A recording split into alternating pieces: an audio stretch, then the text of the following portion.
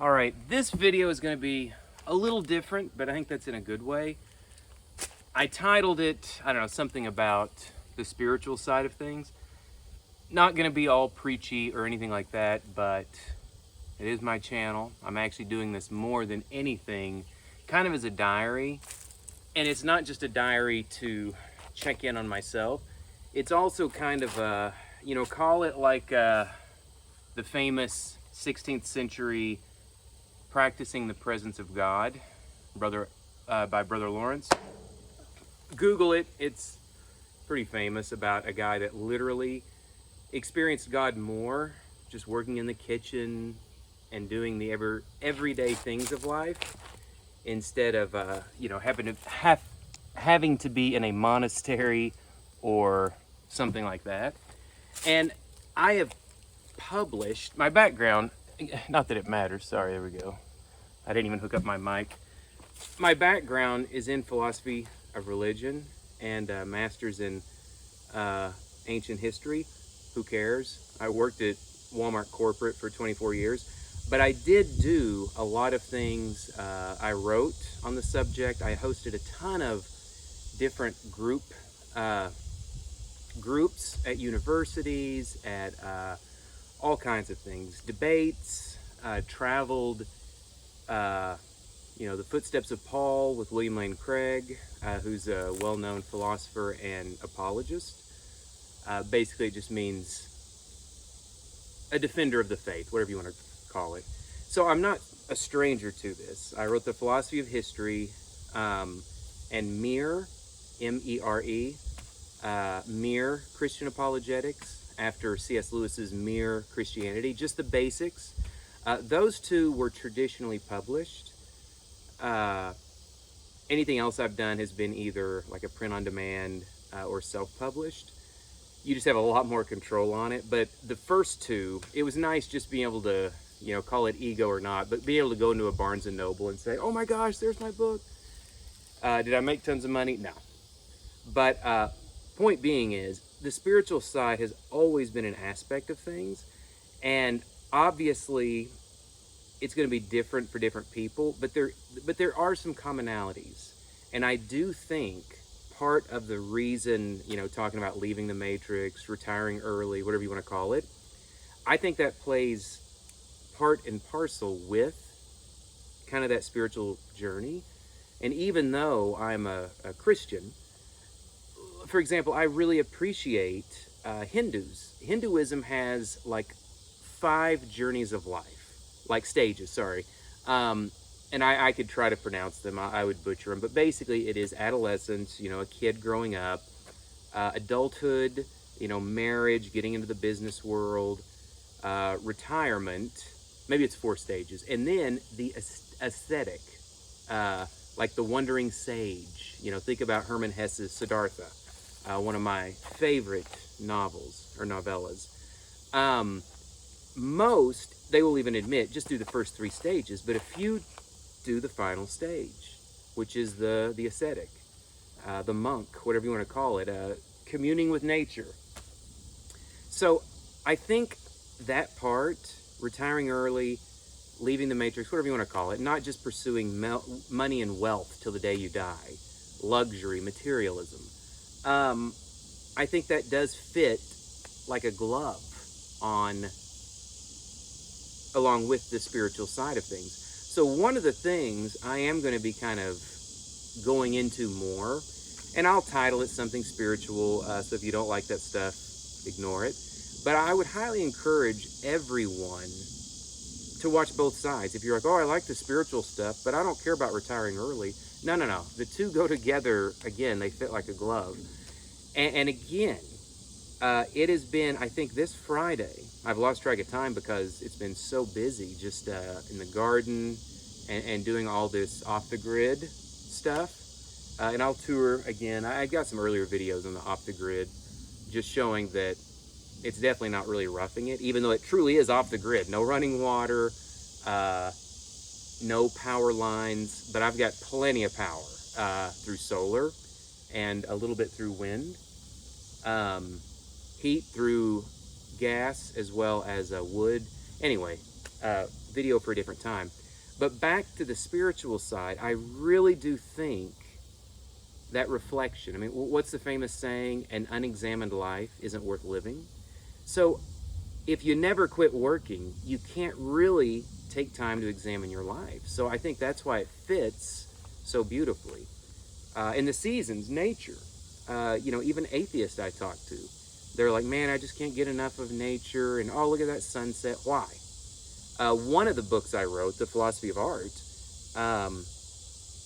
didn't do quite as well, but to me, it really fit that aesthetics, beauty. Why do such things as beauty exist? Why is everybody drawn to a sunset, a sunrise?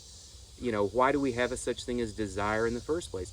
I think all of these have a spiritual essence in and of them.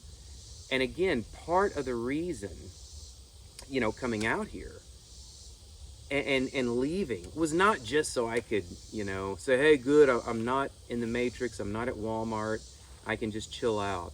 No, that's not it at all.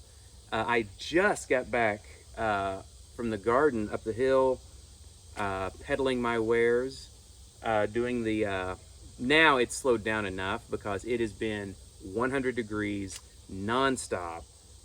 Today is the first day of relief. I think they said it was going to be like a high of 95. I don't even get that hot. It was low 80s, which felt like almost like winter whenever it's been constantly 100. But I think it's supposed to be back to 103 tomorrow. Again, no chance of rain basically for the rest of August. So yeah, I got the sprinklers going, but it's tough out there. So again, there's something about it though, just working with your hands instead of punching numbers on a computer to make more people money. There really is something about that. The money and stuff obviously is nice, and but no, I really think there's a lot more to it than that. So one of the things I think we'll be at least delving into, and again, like I said, these videos, a lot of the last few writings I've done, mostly I just did for my own growth before I left, and I'd been working at it a long time, just trying to figure out why do I feel like I have to leave the Matrix? Why was I into the martial arts? Why did I do XYZ in New York City? Why did I go into apologetics? Why? A lot of things, right? So I basically just kind of did, not to say, hey, everybody, for my own growth, and if you can tell, the title, The Dharma Bums, was a book by Jack Kerouac. Spiritual, yes, but I mean, again, he was one of the leaders of the Beat Generation. You're talking like pre-hippies, so like 1950s, 1960s.